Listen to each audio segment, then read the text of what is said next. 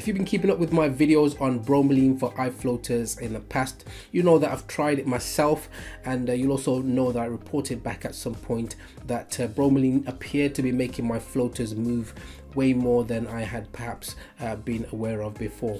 Now, while I couldn't 100% say that it was bromelain causing that, it was fascinating to me at all that there could be any possibility that bromelain could even do that. I've had people contacting me asking whether this might mean that bromelain could make their floaters worse going forward. So in this video, we're going to just reflect on that and just share with you some of my thoughts on bromelain for eye floaters.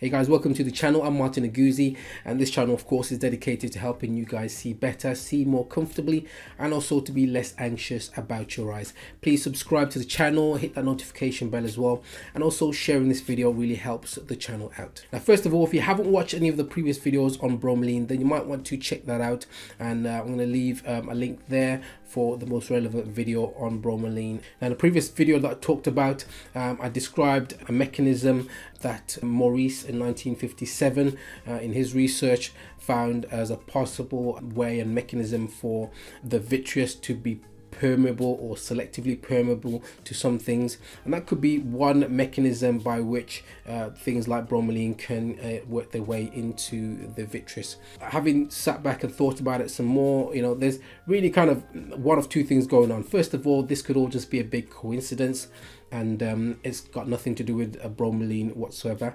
And then secondly, bromelain could actually be making its way into the vitreous and impacting the vitreous in some way, and that's really powerful if it is, because it means there is the possibility of some kind of oral treatment that, or oral medication, or something that you could take, supplement that could impact the vitreous in a direct way like that.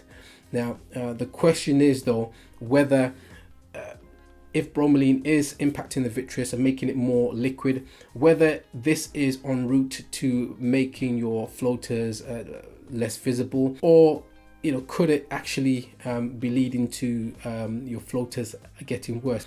Because as we know from the vitreous and how vitreous changes with age, one of the mechanisms that leads to your floaters forming in the first place is that the normally quite solid vitreous starts to break down, becoming more liquefied, and when that happens, then the collagen fibrils that exist in the vitreous may then start to clump together, and this clumping together is then what leads to the floaters being visible when kind of the shadow that is caused from these clumps of collagen then get cast onto the retina. So really it would be natural to kind of be concerned, I'd say, of the fact that if bromelain is making the vitreous more kind of liquefied, more mobile, then there's a very real possibility then that you may actually see more floaters, and it could make your situation worse. So one of the things I've kind of really decided to do is really look into the matter a little bit more, doing a little bit more digging through some of the research into floaters and the pineapple studies.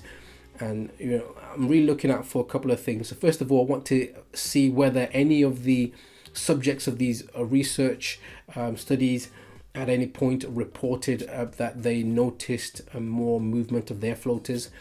If they did, and things went on to improve in terms of their perception of their floaters seem to get better according to the studies, then this may be a positive for anybody who wants to try bromelain but notices that their floaters start to move more.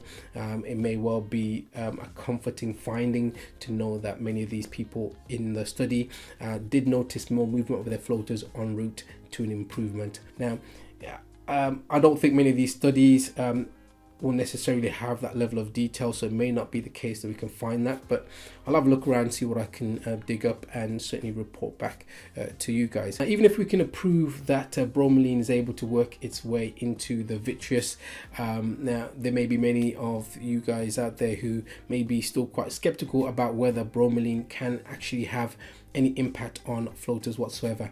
You know, and I think that's certainly very valid to question. However, it's worth being aware that bromelain is an enzyme that is able to break down proteins, also known as a proteolytic enzyme. Now, we have other use cases of proteolytic enzymes.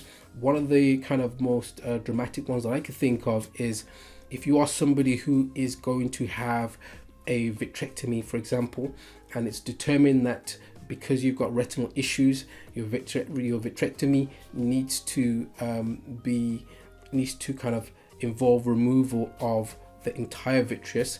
Now, one of the ways that they'll do that is to induce or create an artificial posterior vitreous detachment, a PVD, and the way that they do that is with a drug that's injected into the areas where the vitreous attaches to the retina, and that drug that they use is called ocriplasmin. Now, ocriplasmin is a proteolytic enzyme. It's a recombinant proteolytic enzyme, which means that it's been modified, you know, from in the lab environment, basically. But when it's applied, it has the ability to break down the connective areas where the posterior vitreous attaches to the retina, leading to that PVD. So that tells us the power of these proteolytic enzymes, and so we factor that in with what we know about some people's reports of bromelain being helpful for them. Then we may be able to kind of come to a conclusion that, yeah, bromelain may well be actually effective, and certainly more effective than many of us may give it credit for in being able to deal with these vitreous eye floaters. Now, of course, all of this is still very hypothetical and theoretical, but you know, because it's just so fascinating, I think from an interest point of view, I'm going to look into it. And for those of you guys who are interested as well and want to follow along, then please just stay tuned into the channel. Subscribe to the channel, hit that notification bell as well, so you get reminded every time I upload a new video. In the meantime, I do want to hear from you guys who have experienced anything at all with bromelain, whether positive or negative. Ironically, in the last couple of days, I've had two people contact me with both sides or opposite ends of opinions when it comes to the use of bromelain.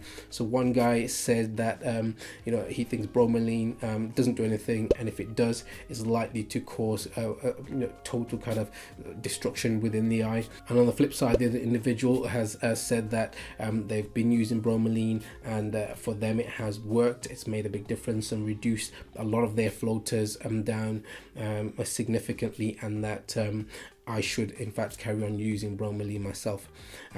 Just to point out as well, I haven't been using bromelain now for the last maybe 3 months or so when I ran out, and also, yeah, I was a bit uncertain about you know, what exactly was going on. So you know, after kind of thinking this through a bit more, then I'll make a decision about whether I'm going to resume bromelain further and continue on with it over a longer stretch of time.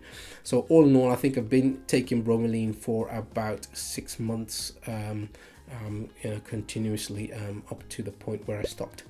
So I think that will do it for this video. Really appreciate you guys.